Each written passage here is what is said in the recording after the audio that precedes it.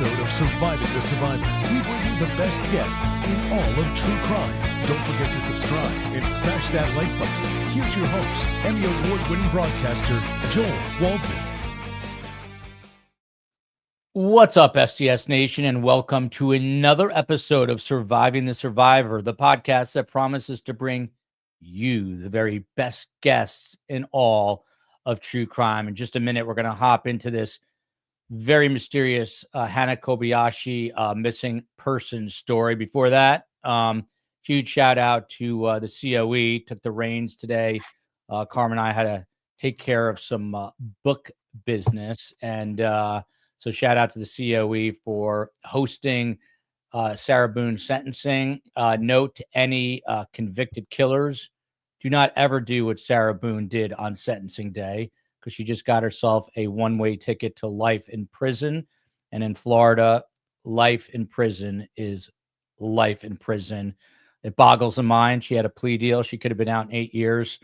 She will now be spending the rest of her life behind bars for zipping her boyfriend into a suitcase. Her statement was something to behold. I've never heard a statement like that from a convicted killer. It was pretty crazy, to say the very least. But again, shout out to the COE, shout out to Space Coast on the West Coast for holding down the fort, and Steve Cohen, as always, for helping me here, and of course the mods, who we would be nothing without. We're going to dive into this real quick, but first, let me tell you who our best guests are, and they're a good best guest today.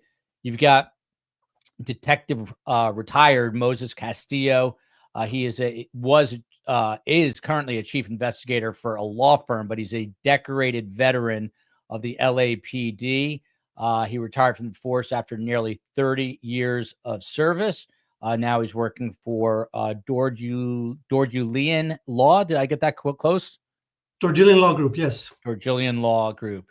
And the bottom line is he was an LAPD detective and one of the finest, and here to give us some perspective about how things work in LA, considering this missing persons is happening there. Next up is Chief Lewis M. Barry. He's also got that parentheses with retired in there. Looks relaxed, Chief Barry.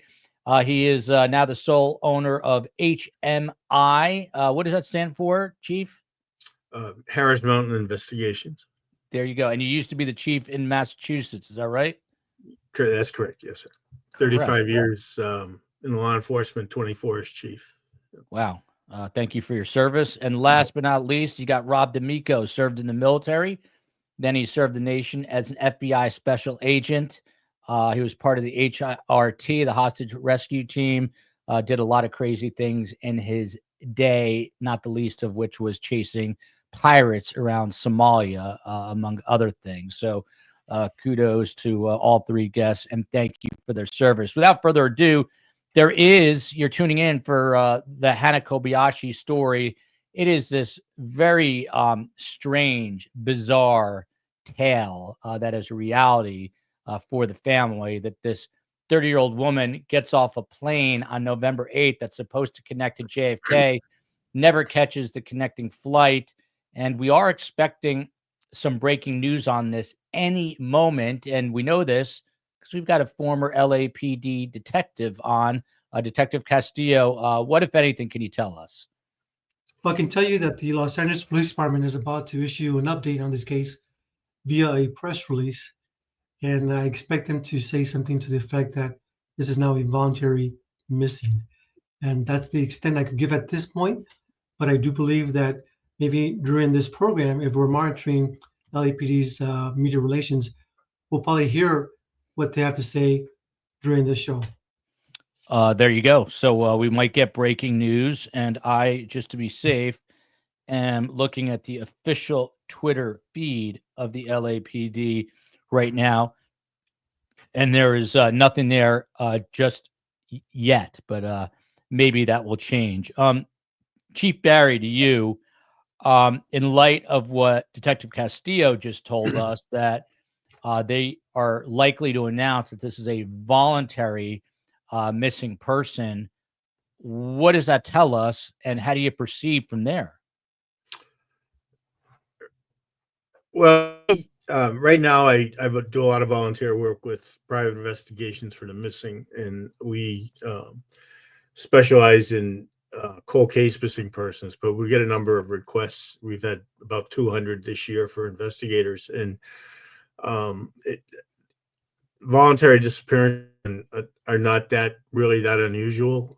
Oftentimes, and I don't know the particulars in this case, so I wouldn't want to venture a guess, but oftentimes there may be a mental health issue involved, or some type of substance abuse issue involved, or some other reason that the person decides for some reason to just go off the grid or to go missing. So it's not uncommon. It happens fairly frequently with us. Some we locate, some we don't.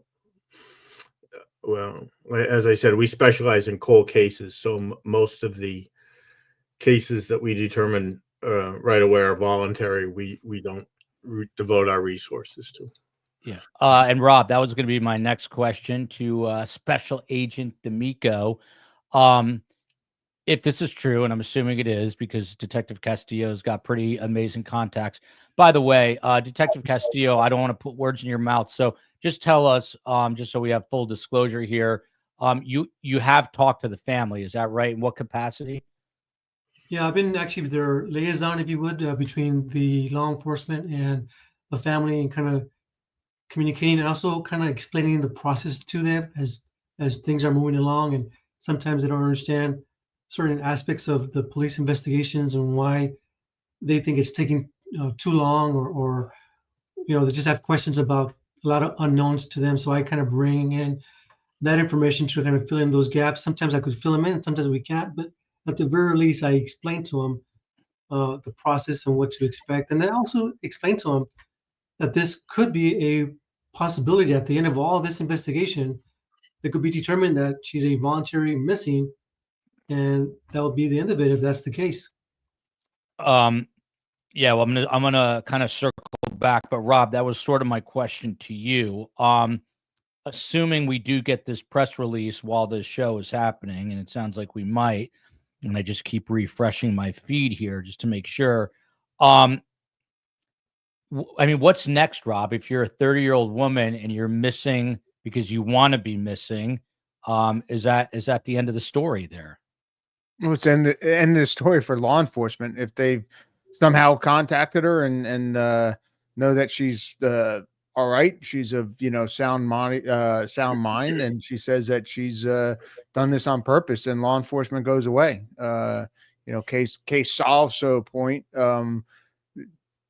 Doesn't matter why. It's as long as that she wasn't being held by somebody or forced to say something, and they're not going to come out and say it's voluntary if they don't have that evidence of that. All the law enforcement goes away, and then it's just a personal thing between her and her family of what she's doing if she wants to contact them.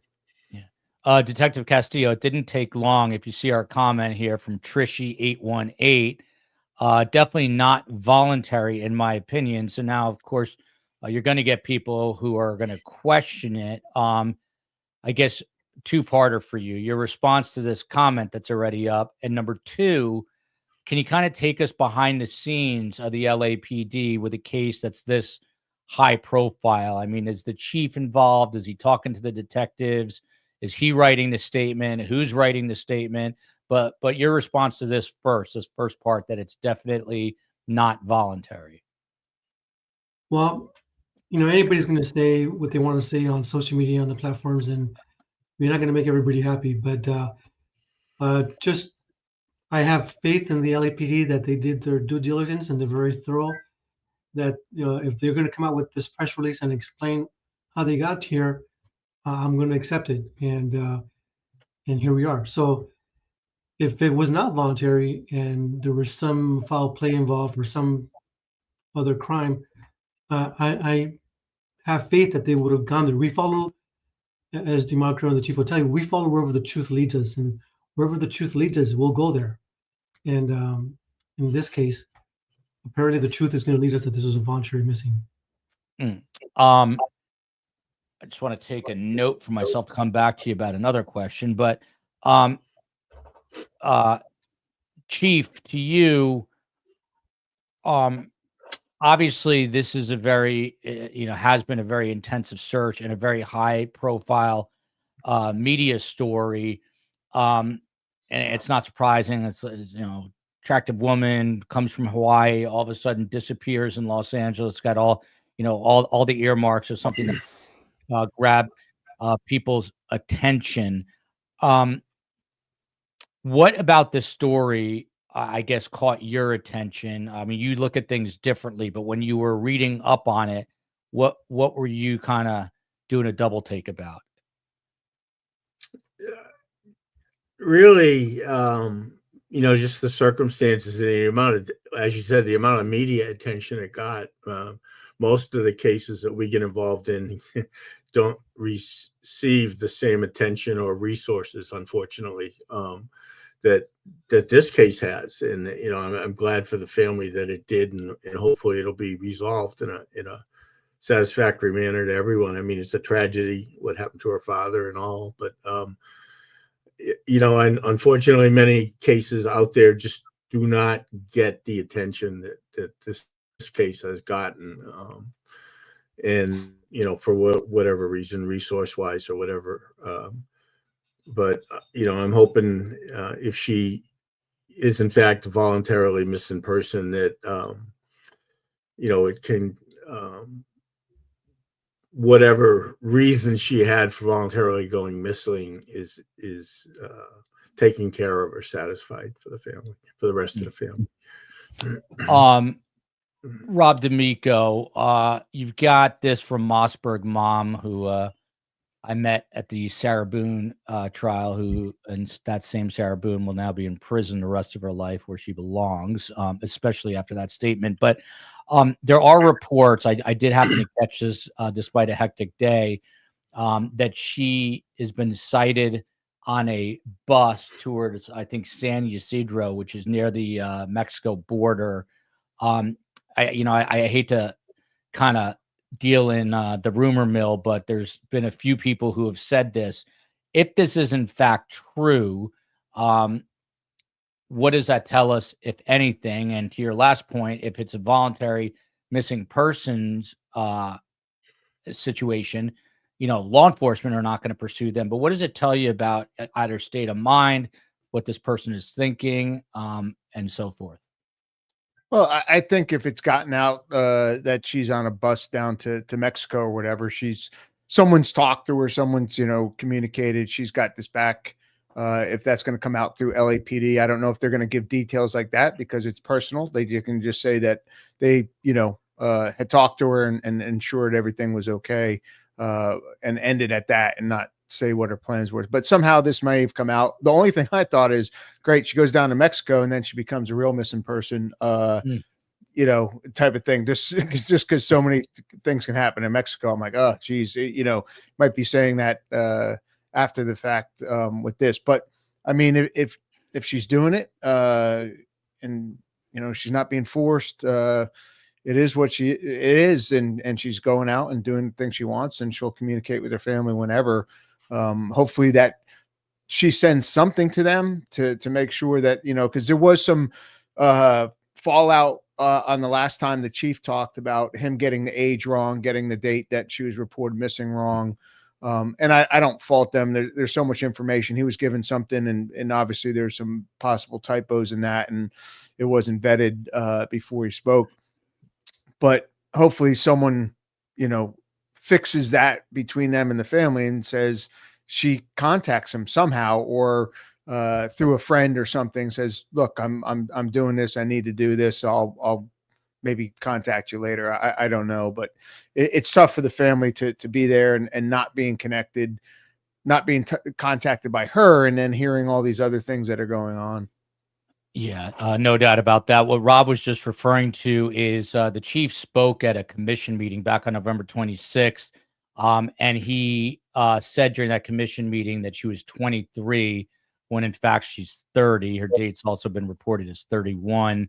And basically said that she was reported missing November 13th, when she was actually reported missing, according to family, on the 11th. Detective Castillo, to you, I mean, I don't know if you're at liberty to tell us, and I want to keep privileged information privileged, but I don't think it's any surprise that at least the sister, Sydney, is not happy with the way LAPD went about this. Have they voiced their concern to you privately? You know, I could tell you that the family did notice those discrepancies, and I told them that sometimes that could be a blessing in disguise because if the missing person happens to see that and they want to make the correction, they'll probably call it in and say, "No, I'm not 23, I'm 30," and then we found her. So that's how I try to say it's not that big of an issue. The important thing is that her story, her name is out there, her picture, her image. That's what we want, and that continues to give the story. But I think LAPD um, probably did maybe he just misread it, or but again, I think those are not big issues to the bigger picture. The bigger deal and the bigger picture is we got to find her and find her safe. Yeah. To you, Chief, from Broyne City here. For the Chief, and Detective Castillo might actually have a better answer because he's from LA, but how much video, Chief, do you think law enforcement has from the bus station? I mean, a place like LA, New York, there's cameras every 6 inches, it seems like, but I assume they've gathered a lot of video evidence, Chief. You know, I would definitely defer that to Detective Castillo. I don't know what video they have.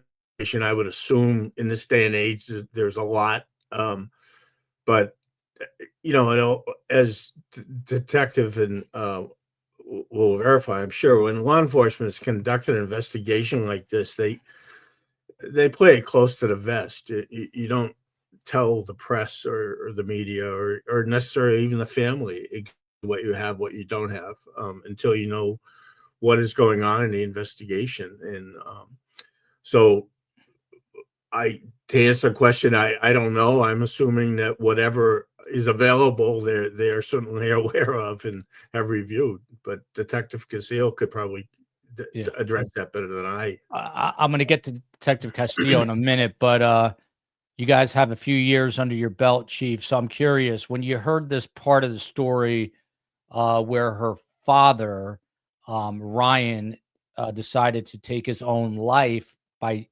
leaping off a parking deck, that really stunned everybody. I mean, most people read it wrong, that it was her that it happened to, and now we're hearing possibly that it's a voluntary missing persons. What does that tell you, if anything, about the dynamic here between the father and daughter? That seems really extreme to me, obviously. You know, I wouldn't even begin to speculate on the family dynamics there, but if obviously it's difficult to determine what some people what their motive is when they commit suicide, and I think in this case it's just very bizarre. I wouldn't begin to speculate. Maybe the family has some idea, maybe the law enforcement does. I certainly do not. I was shocked when I saw that. I mean, it was I mean, let me rephrase the question Yep. for you. You've done a lot of missing persons. It sounds like you do it voluntarily now. Do you recall a time where a parent unalived themselves? That's a word we use on YouTube. This early into an investigation because of desperation. No, it's the first time I've ever heard of anything like that happening. But So it's rare. it's sure. rare. I would definitely say it's rare. Yes. Yeah. Rob D'Amico, I mean, the headline today, before a headline we're expecting to get, that this is a voluntary missing person per Detective Castillo. The headline prior to that was the LAPD, had come out and said that Hannah Kobayashi intentionally missed her connecting flight to New York. I guess the question is, what does that mean, and how does the LAPD know that? I think that probably just comes from video evidence. The airport's very well covered, she got in at 10 p.m. The connecting flight was 11. Like we talked about last time, her ex-boyfriend was on the same flight because they got tickets that were non-refundable. They weren't sitting together, and he made the flight to New York. So time-wise, obviously, it was doable. And I think they probably put it under, analysts looking at the video surveillance and figured out like she did things that showed that she wasn't trying to get to that other gate. She may have directly walked out of the airport. She may have done whatever, but they were watching it. They had video evidence. Don't know if, obviously it probably didn't come from talking to her at that point. But they're not going to come out and say that without them looking at that and saying, hey, this is not a person who is trying to make the flight. There's probably a whole bunch of decision points where she just kept walking towards the exit and left. Again, the biggest key is the boyfriend made the flight and, she didn't. Even if she got off, like if he was in the front of the plane, she got off at the end of the plane, but there was something in there that cued them in saying that she did not intend to make that flight. Yeah. Detective Castillo, we love dogs, by the way. We are a pet-friendly show here. Let's just, for a minute, just I'm going to give you a hypothetical. What if this is a voluntary missing person, and that's what, the LAPD announces, but what if she's not okay mentally? What if she had some sort of, psychotic break, mental breakdown, whatever the case might be? Is it incumbent on law enforcement to at least bring her to safety? Yeah, I think law enforcement in the state of California, we have a welfare institution code called 5150. That's where they kind of make an assessment as of whether or not the individual is a danger to him or herself, a danger to others, or able to cure for herself in this case. And if the answer is no to any of these, then they do have the authority to place them on a 72-hour hold for further assessment by a mental health professional, psychologist, psychiatrist, what have you. But in this case, it doesn't sound like they even reached that criteria. And that's the challenging part. That's one of the things I wanted to discuss. When many of these adults go missing and then we find them, sometimes the families they're stuck in the after event. What do we do now? And if there's no conservatorship, maybe we do believe there's substance abuse and there's mental health issues, but without a conservatorship or without a court order, we're not going to be able to hold this individual for the help that they need. And that's the really sad part about this. Rob D'Amico, let me just ask you, because you're a little bit different. You're on the Fed side. If you were called in your old days as a special agent to help assist in this, and you're the feds are the ones that find this person, and she says she wanted to leave voluntarily, but she's got, she's not all there right now because of whatever reason. Do you detain her? Are you allowed to? What do you do with her? Each state's different. So there's like in Florida, there's a statute that you can commit someone for 72 hours for observation, not under arrest, but it's safety of themselves. So it would be if they make a threat to harm themselves or something, you can Baker Act them. So each state usually has something along those lines, but it's not a federal, like we'd have to consult. We'd have to do this in conjunction with the local PD. We just don't have the same powers that the state and local authorities do. So we would be doing it in conjunction with them.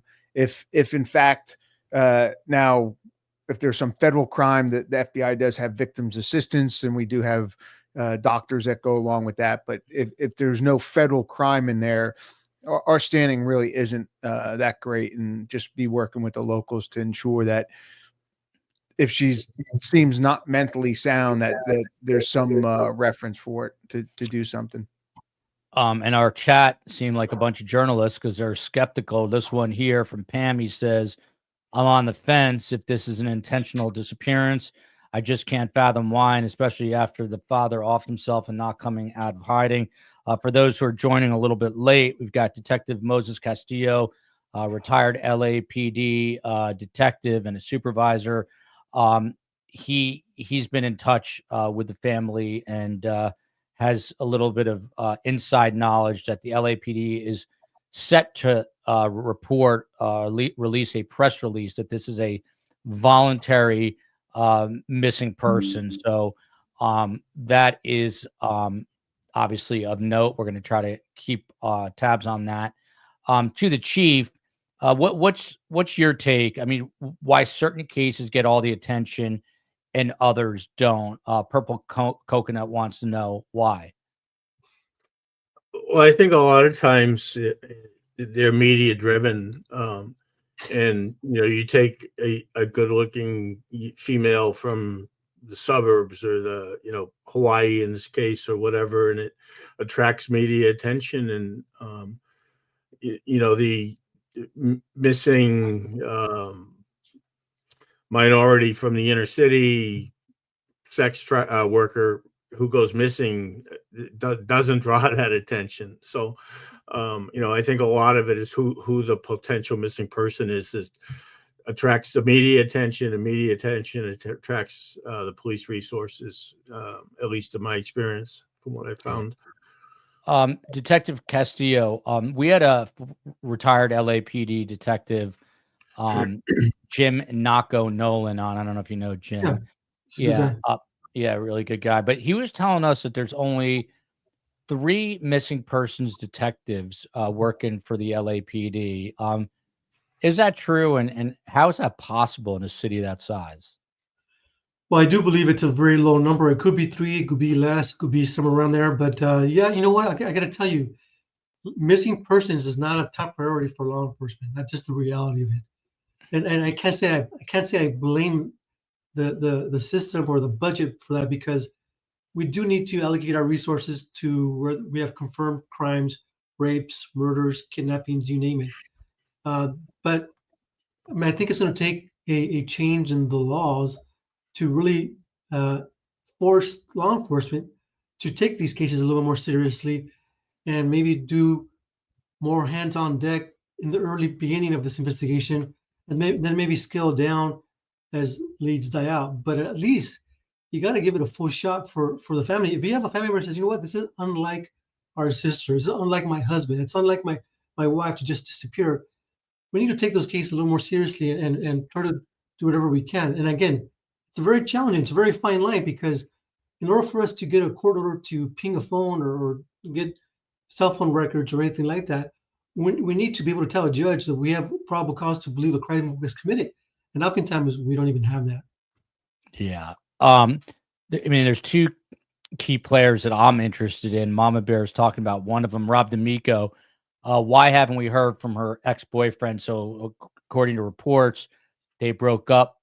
They had this trip planned. It was a non-refundable ticket. So they decide that they're going to take this flight. It sounded like it was amicable, but they didn't sit together. They didn't talk. He went on to New York. She doesn't. Have you given more thought to this? Are you still interested in the relationship between Hannah and her now ex-boyfriend? Not so much. I mean, obviously he worked with law enforcement. He probably talked to him and probably said, look, I haven't talked to her, I don't know anything. Or maybe he did know something. I don't really want to get involved in this. And if there's really no link to anything, law enforcement's not going to push it. They're not going to come out and say what he said, because it's still confidential. I mean, that's kind of the way I would look at it. I'd say, hey, look, this is what happened. I have no clue what she was up to, or she made some reference that was a bit odd to me, but I didn't connect it. I don't know if maybe, I think it would have came out earlier if she had said something to him about not connecting on the flight. But whatever he said is not going to come out if he doesn't want it to. Police aren't going to release that, and he probably doesn't want the attention. He sees what is happening, and probably a bunch of as last time, a bunch of the commenters were like, oh, he's somehow involved, he's involved, just casting that broad net of who's involved. He doesn't want to get that. He just says, look, I didn't have anything to do with it, I didn't know anything, I got on my flight, and that's all I know. If you need anything else, let me know, but otherwise I'm out. Chief, I'm getting back to you in a minute, but something Rob just said sort of stuck with me. Space Coast, by the way, is monitoring KABC because they might be having an impromptu little press conference about this. And if we do get that, we're obviously going to bring it to you live from KABC. But Detective Castillo, the LAPD has been kind of conspicuously absent. The commissioner did speak at this November 26th meeting, but is it standard protocol, standard operating procedure for them to not speak with a missing persons case? I mean, there was really no press conference that I can recall. You know what? It's all a strategy for the investigation. If they want to feel like they're really cold and they don't have any leads, then they may do a press conference, because those generally generate tips. But if they feel like they got some working tips along the line, there's probably no need to do a press conference. And that's, I think, how they handled it, because they were working this from day one. And I could tell you that I do know that they had an individual already identified and spoken to, and nothing criminal panned out of that. And that's why we're here today, hopefully soon, that we'll hear that this was a voluntary missing. And whether or not that's the result or that we were looking for as far as the family, I'm sure they wanted more of a reunification and everybody hug each other. But that might not be the case. It might be a case where Hannah just wants to be left alone, give her space, and when she's ready, then she'll reach out to her family when she's ready. Yeah. COE, I see you've got KBC up. If you see it, just pop it on the screen. But I'm watching it with you. They're just doing the 5:30 news at the moment. Chief, to you, you said you do a lot of kind of voluntary work to help find missing persons. In this case, let's say it is true that it is a voluntary missing person, but the family says we still want to find her. I assume they can employ a private investigator. Where would you start from this point we're at right now? Well, the organization does not get involved in voluntary disappearances. If we find that their missing person is in fact voluntary, normally what we do is if we locate them, find out if they want to be contacted, and if they don't, we respect that and advise the family they're fine and they don't want to have contact. As far as if we were, if an investigator was hired to actually, locate her, our best resource is the police, if they're willing to share that information. If not, you basically try and retrace her steps and locate where she would. But,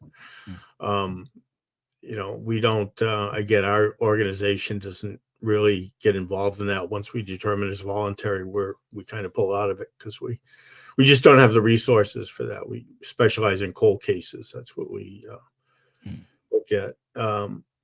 One thing I'd like to mention that was brought up is the boyfriend not saying anything, and it's totally understandable, because I call them secondary victims. The longer these cases go on, people start pointing fingers at individuals that really are not involved in anything criminal, and the stories grow and grow, and they just seem to never go away, and these people are falsely accused. So I can understand why someone doesn't want to get public about their involvement in a case just because of that reason. That makes perfect sense. I Spy for the FBI, Rob D'Amica, it's up your alley. What needs to be said? She took up valuable resources with her little game. Look, we don't know the circumstances, but this is, Rob, this is what I'm expecting next. If it is a voluntary missing persons, there's going to be a lot of backlash toward her. Does she deserve it? If that's the case, does the family deserve it? I don't think so. Okay, the family doesn't deserve it because they didn't know it was voluntary. So they're going to do whatever they can to try to locate her. She didn't know that was going to happen for whatever her reasons are for doing this, or her reasons. I don't think you can put it on her taking up resources. It is what it is. LAPD ran it down. They got the information and move on. Too many people want to blame stuff. There could have been something very trauma based in her life. And then you got all these people judging, what she did, reacting to that trauma, and whatnot. So keep the judgment down. Like, you haven't walked in anyone's shoes. So don't judge them. Just move on and go, put your time and attention into some other case. There's too many people that just get on these and they get obsessed with them. And then they start blaming that, other people involved in it. You haven't been there. So just like I said, it is what it is. We found out and it's time to move forward. And again, I'm trying to monitor here, KABC, ABC, LAPD, but I just want to take a quick look here to see if there's anything up, and nothing yet. But they do have a picture of a kitten. What else would you expect from KABC? On the top of their Twitter feed, a kitten stretching out. So Detective Castillo, to you, again, the sister, her name is Sydney. She says, I don't want to bash the LAPD, but then she goes on to basically bash them, saying that she was very confused about where they were at, and adding that she would have definitely come forward after news of her father. Do you think it's possible, with the amount of publicity, that she doesn't know what happened to her dad at this point? That's a good question, because it's a question that I actually posed to one of the investigators on this case, or somebody that it's supervising, and they don't know the answer to that question as to whether or not she is aware that her father passed away or not. So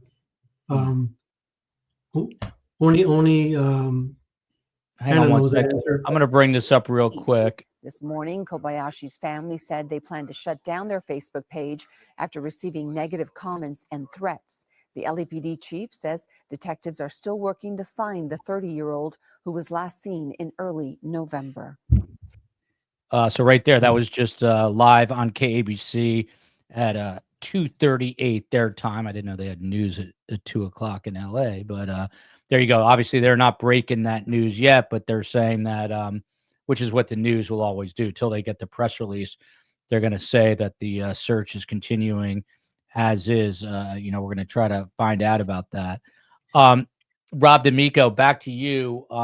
The chief didn't really want to speculate, so let me put you in a bad spot. The sister said, look, if she heard that her dad passed away, especially in the manner that he did, that she would have come forward to find out what happened, to obviously express her sympathy. That didn't happen. What, if anything, does that tell you? Well, two things. One, anyone says, oh, they would never do that. Like, you don't know that. You think you do. You think you know someone well. And I thought I'd known people well, and they do things that I'd never thought they would do. So, it's like when she says, she doesn't want to disrespect the LAPD. Guess what? Next sentence is going to disrespect it. Same thing with, they would never do that. You never know what goes through someone's mind. They have a lot of internal thoughts that they don't share. That could always be one of those things that they think something. But again, as we talked about last time, there was a rift between the father and the daughter. They hadn't talked in a long, long time. So something was between those two. So I don't want to speculate on that, but I guarantee, I don't guarantee, because that sounds like it, but she probably knew based on everything that was out there, and for whatever reason still didn't come back and contact anyone. The family dynamics can be incredible. So I'm not going to say that, just because that happened with him, she would come, to the surface and say, okay, I got to contact people. Again, we're just monitoring KABC. If you're joining us late, Detective Castillo, retired from LAPD, has sources and is telling us he believes that the LAPD is going to announce that this was or is a voluntary missing person. In other words, she went off on her of her own volition. Detective Castillo, a couple of things. So we found out from the chief a few days back that after November 8th, which is a day she took a flight, that she was from Maui to LAX. And after that date, she was maintaining contact with the family, and she was active on Instagram. And then suddenly on November 11th, they stopped hearing from her, and they travel out on November 13th. Would the LAPD investigate and or know what the trigger was for the sudden, like, why come out to LA and then suddenly stop communicating? Well, that's the million-dollar question. You know, we want to know why this happened, or we want to know the motive behind it. And I do want to address something about Ryan's apparent suicide. Very tragic, and sometimes we don't know the family history or the dynamics, but I could tell you that if there happens to be a history of suicide somewhere along somebody that's close to Ryan, then the risks go up to individuals of wanting to do the same. And so I say that with very cautious, very gentle, because we must recognize that there are risks involved when it comes to suicide. And the risks are greater when there's a history of suicide within our family, and we don't know that. So again, like for instance, Hannah, now that if she learns that her dad committed suicide, the message I have for Hannah, please, if you are thinking of anything like that, please reach out for help. We're here to help you. Your family loves you. We want you home. No passing judgment, no blaming anyone. We just want you home and want you safe. And whenever you're ready to do that, please just reach out. Chief, to you, is this a question that you'll ask families when they're looking for loved ones? The question here is, did Hannah from Buttercup, did Hannah have an addiction or other issues, or like the detective was just saying, maybe a family history of unaliving? Are these questions that you ask at the onset? We have about 4 or 5 page, what we call a victim assessment form that we ask the family to fill out, and it asks all sorts of very, personal questions regarding that mental illness, addiction, different types of behavior. And that's totally confidential, but it just helps our investigators when we do assign one to a case to, have an idea what's going on. So yeah, that's very often gives us a direction to go and to learn what type of case we're dealing with when we're starting an investigation. So we find that to be very, very helpful. And again, everybody, I'm looking down, so I'm trying to keep an eye out for a press release that's supposed to be coming out. Detective Castillo, back to you. I know you talked about this a little bit ago, but give us a sense, because already now people are a little bit, upset about the fact that if it is in fact voluntary, that all these resources were used. I'm assuming they went far beyond the 3 missing persons, 3 missing persons in the detective unit there. That the FBI was brought in. I've read that ICE was brought in. I mean, what is sort of the level of resources that were used in this to try to figure all this out? And after the fact, if it is voluntary, it seems like it's a huge waste of those people's time and effort. I disagree with the fact that it was a waste of time and energy and resources, because we're talking about a life, a precious life, from a precious life to some family. Unfortunately, I mean, what did you want? Did you want us to find her dead, and then you're going to say it was a great thing that we did this? No, we actually want the best outcome versus the worst outcome. And in this case, we got the best outcome, that she's a voluntary missing. We know she's safe. And now it's up to the family to hopefully connect with her and get her back home to a place where she could begin the healing process with her family. Yeah, and by the way, that's a very, very good point. I was kind of asking the question to be contrarian, but obviously the police have a job to go out and try to find these people. It's exactly what Detective Castillo said. If they found her and she's not alive, then it's, why did you take so long? Why didn't you put the resources out there? So sometimes Is that frustrating, Detective Castillo, that sometimes you guys are in a lose-lose? I could tell you that LAPD, as a general rule of thumb, their investigators are top notch, regardless of whatever unit they are assigned to. But the missing persons, they are like walking a very fine line because they're in the middle of, do we have a crime or do we have a straight missing? What do we have here? Some of these cases have gone to robbery homicide division as a murder investigation after missing persons develop enough information to say, you know what, it's time to hand it off to the homicide team.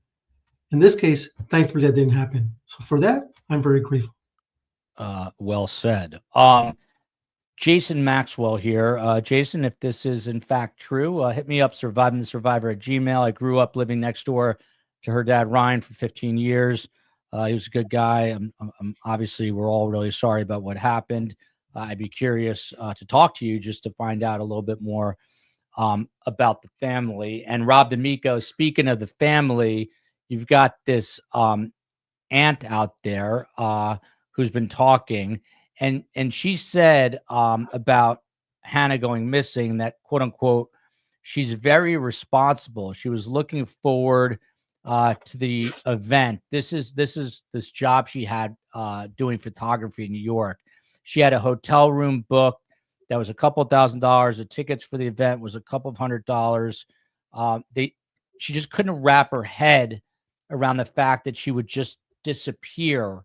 Again, I don't want to beat a dead horse, but what does this tell you about the family dynamic if the aunt, who appears to be sincere, is saying this makes absolutely no sense, yet for Hannah, it seems like it's making perfect sense? Well, so many people think they're part of the inner circle of who someone talks to, and obviously they're not. It could have been solely just in her own head that she just something triggered this, something that she planned on, something whatever, and she didn't tell anyone. Or she could have had some close friends that she shared a few things with, and she made them promise to not say anything. So you never know. I don't tell family members a whole bunch. You have some inner circle folks that you may talk to, but I don't know if an aunt, like, again, each family is different. Some aunts are closer. Mine weren't close in that I talk to them all the time.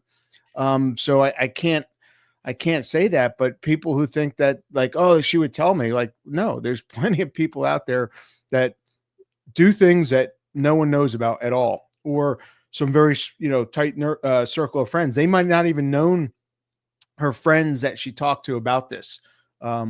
So you can't ever say that, like, I would be in this person's circle of confidence to talk to about anything. Family dynamics are just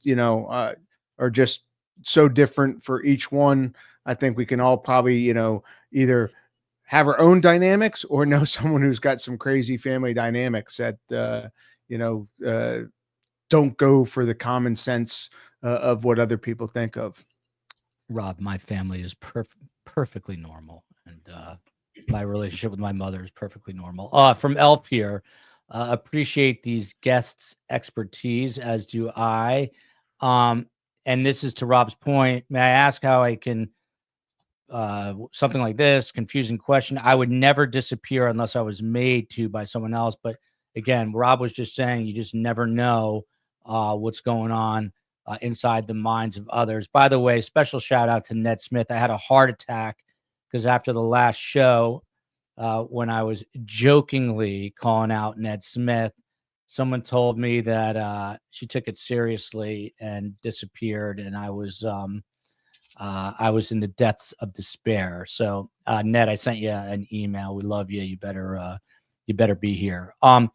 Chief, how has social media, because I'm about to ask about this Facebook page that's been taken down, but how is either technology and or social media changed kind of the playing field when it comes to finding missing persons? Well, for us, it's a double-edged sword. It's very useful in getting the information out there, potentially getting information in from friends, family, whatever. On the other hand, it's a great source for the rumor mill to start. And when these rumors start, sometimes it's you just can't put them to bed. We have a couple cases. Brianna Maitland's a case in point, 20 years old, and rumors that were started 20 years ago still resurface to this day, even though they've been disproven and irrelevant and everything. They just don't go away.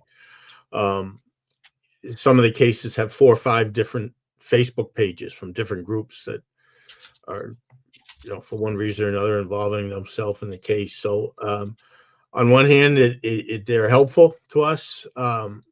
On the other hand, they can be a detriment to the case. But just again to echo Detective Castillo, from law enforcement perspective, missing person isn't criminal, and the police's job is to solve crimes. So oftentimes these people go missing, and there's no indication that a crime is involved until time goes by, and then all of a sudden things develop, and they realize that there is in fact a crime, and then the police get criticized because they didn't handle it as a crime right away, even though they, I don't know how many people go missing every day in Los Angeles, but I'll bet it's a fair number. And they just don't have the resources, despite the size of that department, to investigate every missing person as a potential crime. That's all. Yeah. It's a fact. Yeah, I mean, that is definitely a fact. It's just a numbers game. But I was stunned when I heard there's only 3 detectives in the missing persons unit. But I was also told that's part of this whole defund the police. And if one of your loved ones goes missing, you're going to want to fund the police to help find them. Rachel D., this is true. STS has the best guests in true crime. It's not a tagline. It is our reality here at STS. Detective Castillo, to you, you've said it publicly already that you've been in contact with the family. Was it your sense that this family was totally fractured? Like they didn't get along, or they didn't really know much about each other? Or did you get a sense that they were a tight-knit family? I can just tell you that based on my interaction with them, they're just going through hell. And it's tough. And they're doing everything they can to find Hannah, on top of dealing with the tragedy of Ryan's unexpected death. And so all I can say is I'm praying for them. I'm praying for Hannah. I'm praying that it all works out. And there's no closure in this, because now we're dealing with the tragedy of Ryan's death. All we can do is surround them with love and support and pray for the best coming forward. Yeah. We saw a little while ago, Misdemeanor OG, who is one of our OGs. She was saying that her sister suffers from mental illness, and she has been to the morgue and the hospital on many nights looking for her, which is really tragic and sad. And then you see here from Buttercup, one of my kids is a 30-year-old daughter, and after meeting her boyfriend now, she's not close to us anymore. I know she's okay, but maybe just the age of independence. Families, Rob D'Amico, have all sorts of different dynamics. And once you're an adult, anything, I guess, is fair game. Obviously you hope your family stays close, but that's not always the case. But Rob, they had a Facebook page, which was essentially, gathering information about this missing woman, Hannah Kobayashi. That page was taken down because of death threats. What is the matter with people? It just the list of what's the matter with people just is too long to go through on this show. But I'm so curious, because anytime something like this happens, and now people are upset because maybe she went missing on her own, and now they're who are these people that have nothing better to do than threaten some family they don't know with death, no less? Well, that's again what their lives are like. I don't even want to get into. I just shake my head, and it just floors me. Some of the cruelty people can put out, how people get mad at things that don't affect them at all. I don't even put any time or energy into thinking about them. It just, though, you just shake your head and you're like, even if there's some crazy stuff that goes on with people that are actually missing or whatnot, when you go public, you're inviting, I'd say in the US, 30 million people, but if it's worldwide, it's even more. And the percentage of them are just going to be just not nice people. They're going to be evil. They're going to want to put I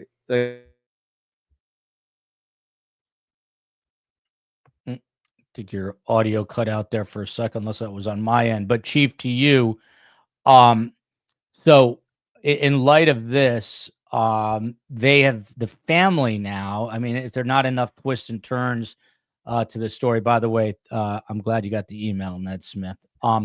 But Chief, to you, if there are not enough twists and turns, so now they take this Facebook page down, and they say as recently as yesterday, they were getting death threats, and even death threats against some of the small children in the family.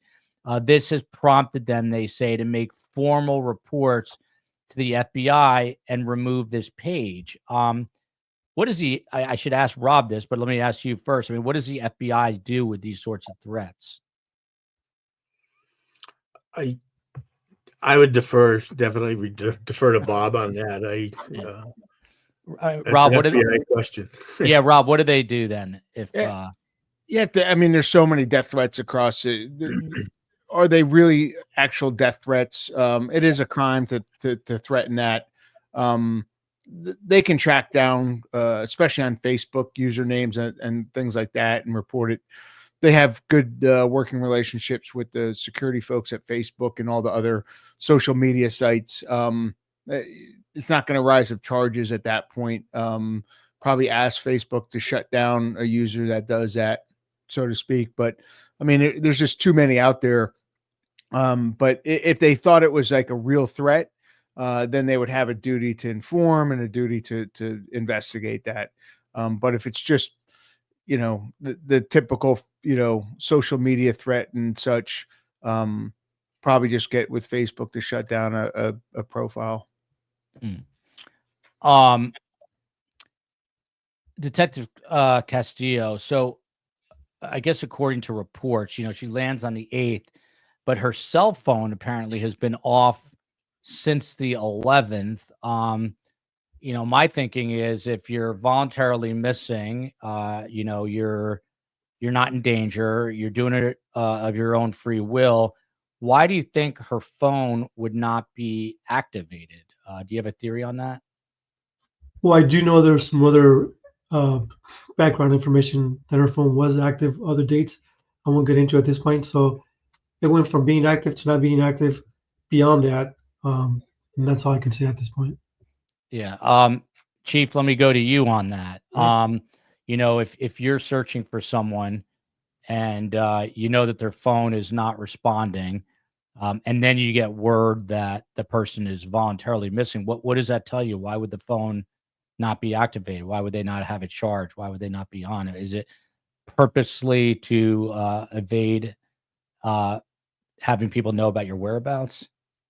Most likely. I think it certainly raises concern if a person's phone suddenly goes inactive, and because everyone knows, law enforcement can ping the phone and get a location, but anyone who voluntarily disappears would know that also. If they don't want to be contacted or located, then shut your phone down and maybe get a burner or whatever if you're for your own contact, or turn it on when you want to make a call, or shut it off again. I don't know. But I think it's quite common on voluntary disappearances that the phone's gone and shut down.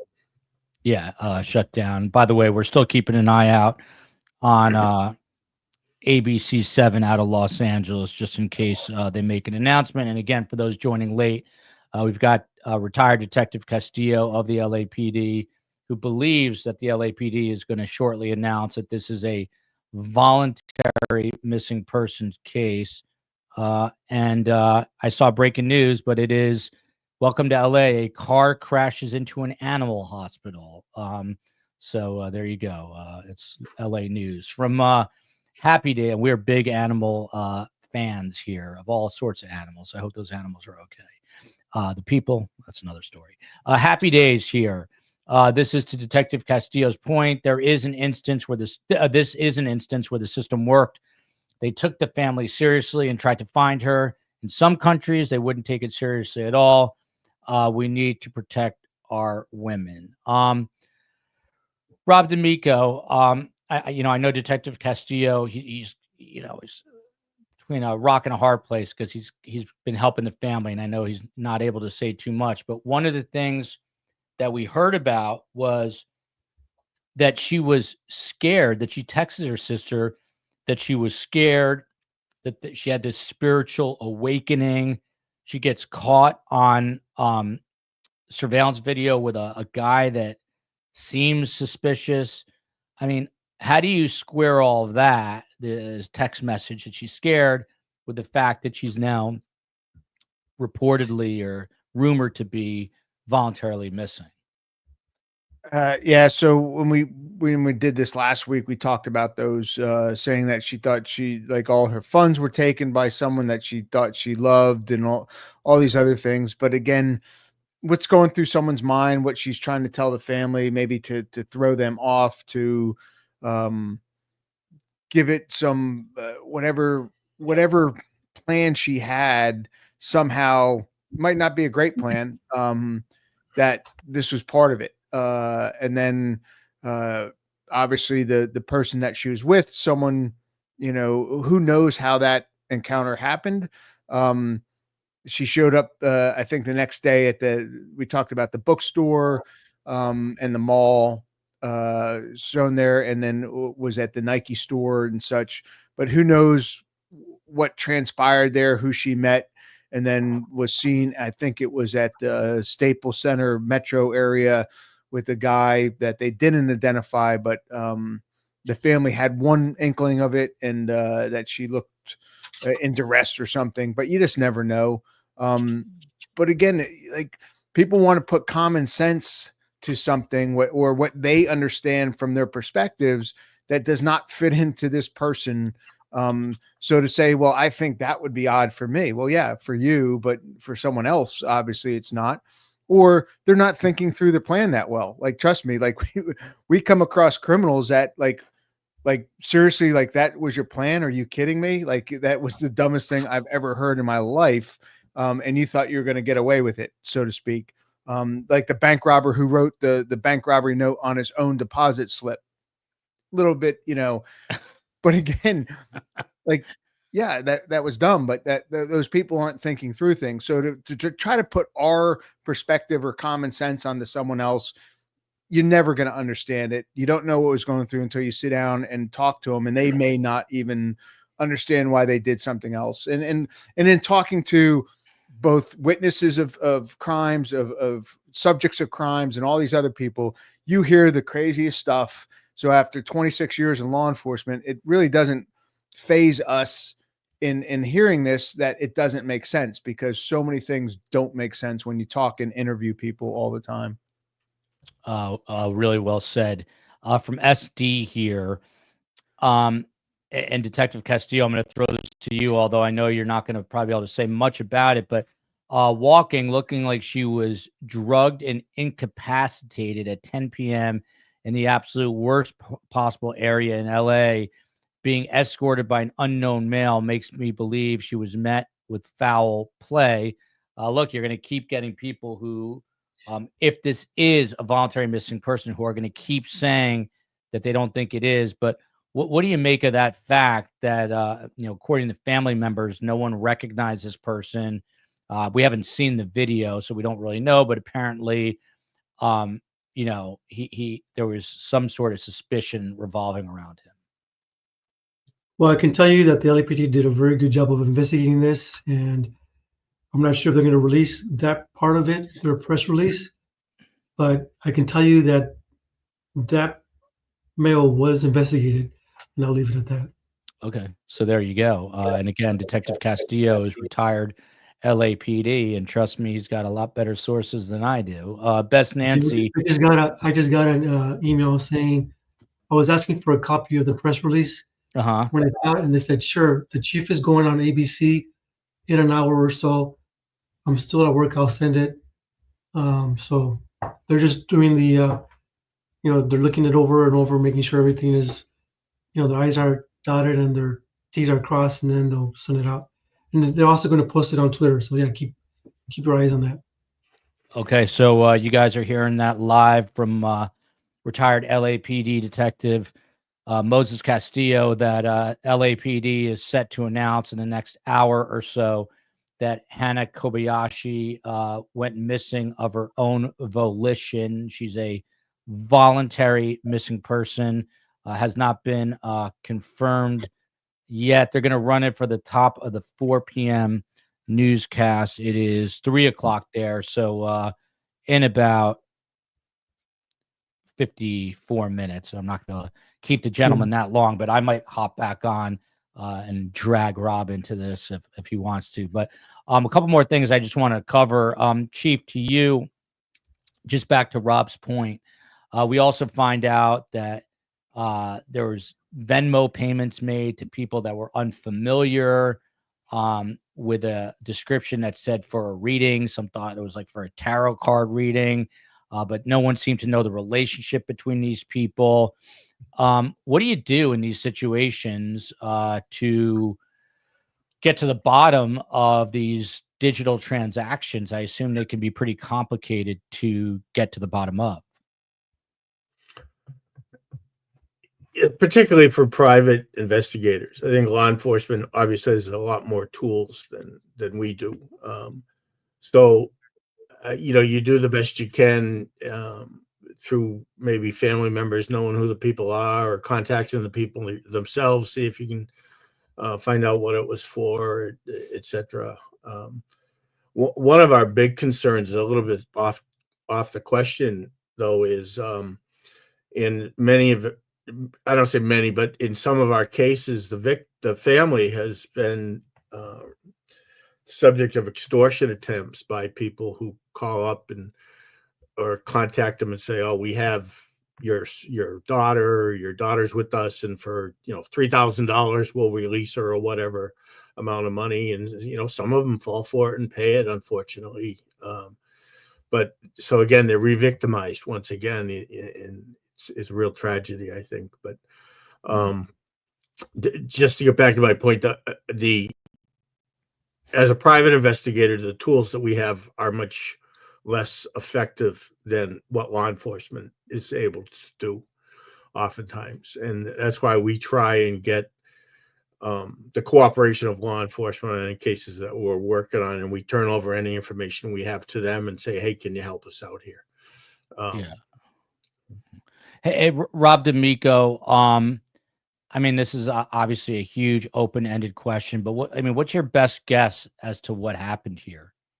If this is true that she's voluntarily missing, I mean, you've been around long enough. What do you think? What do you think happened? She had a life event where she wanted to get away from whatever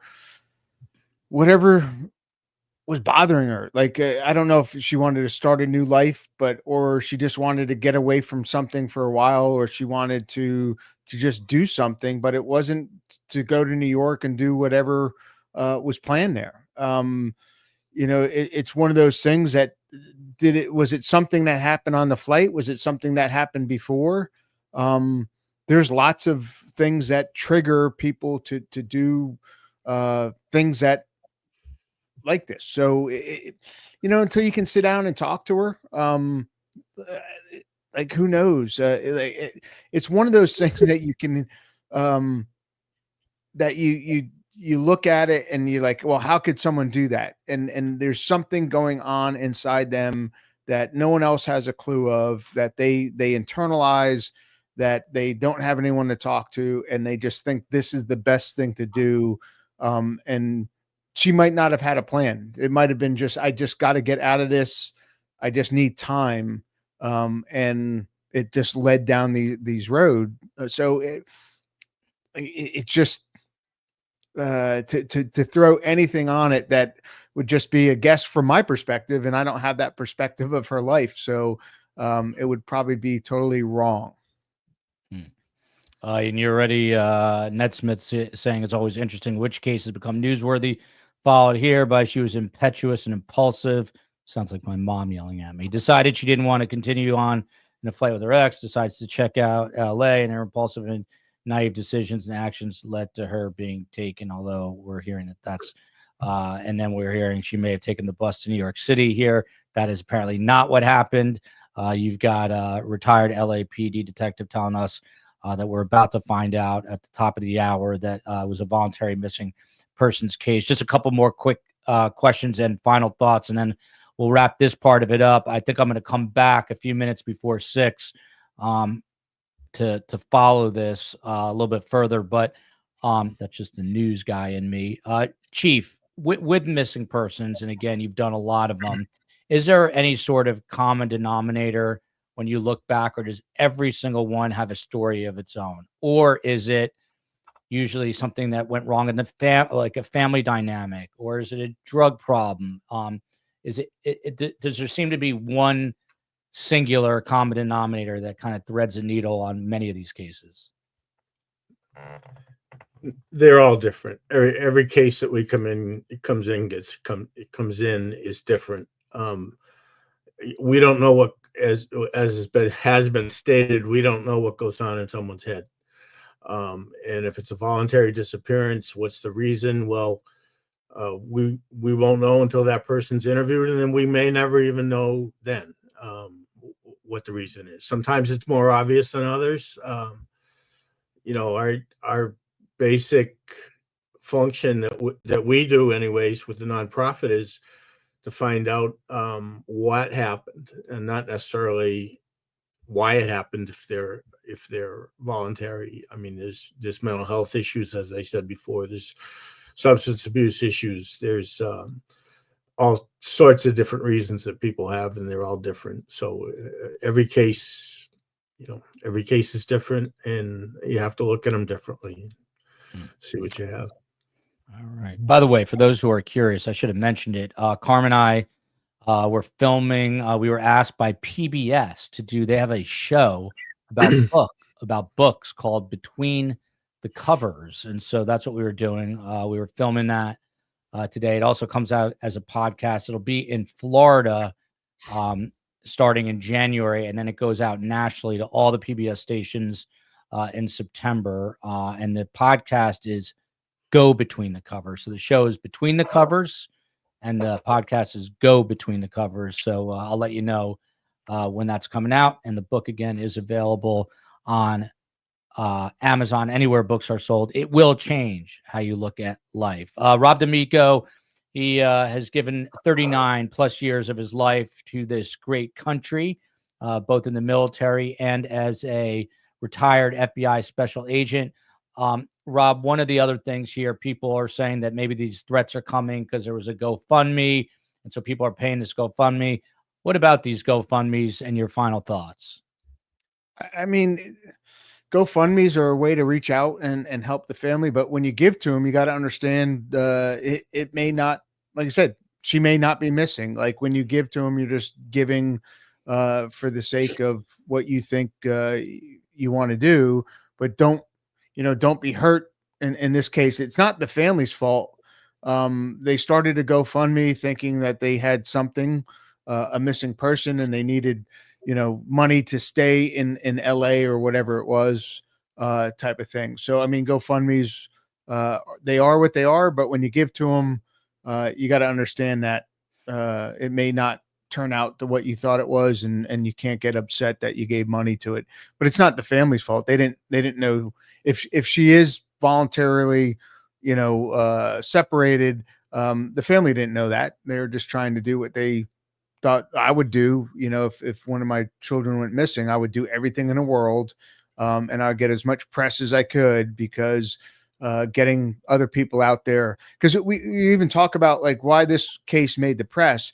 It didn't at first, and that's the one thing the family talked about. That's why they came and did this. They didn't think it was getting enough attention, and they did the right thing in their eyes. They got the public and got the press involved, and it got a lot of attention. Why it gets attention, you just never know what triggers the country at a certain time to focus on things. But it's not their fault. Their child was missing, and I if I gave $100 or $200 to that, I would never think twice about it, because I was trying to help a family that was trying to find their child. By the way, COE, we also need to get this graphic for the next show. But Ruth Markel, she's going to be here in South Florida. Of course, that's our original true crime story, the murder of her son, Dan Markel, who is a rising star as an FSU law professor, went to Harvard undergrad, Harvard Law School. She's going to be speaking with Florida State Attorney Dave Arenberg at a place called JAFCO, which is an organization that helps out children. But she's going to be speaking at JAFCO. It's December 22nd. It's a Sunday. I'm going to be reposting it on my socials. But if you want to meet Ruth and or Dave Arenberg, and I'll be moderating, it's going to be in Sunrise, Florida at JAFCO. And we'll get the graphic up for the next bunch of shows. Louis Barry is the sole owner of HMI with over 40 years of investigative and case management experience, including over 35 in law enforcement, 24 as chief of police. And I'm assuming you're a Boston Celtics, New England Patriots, Boston Bruins fan, Chief. Yes, although this year with the Patriots, I'm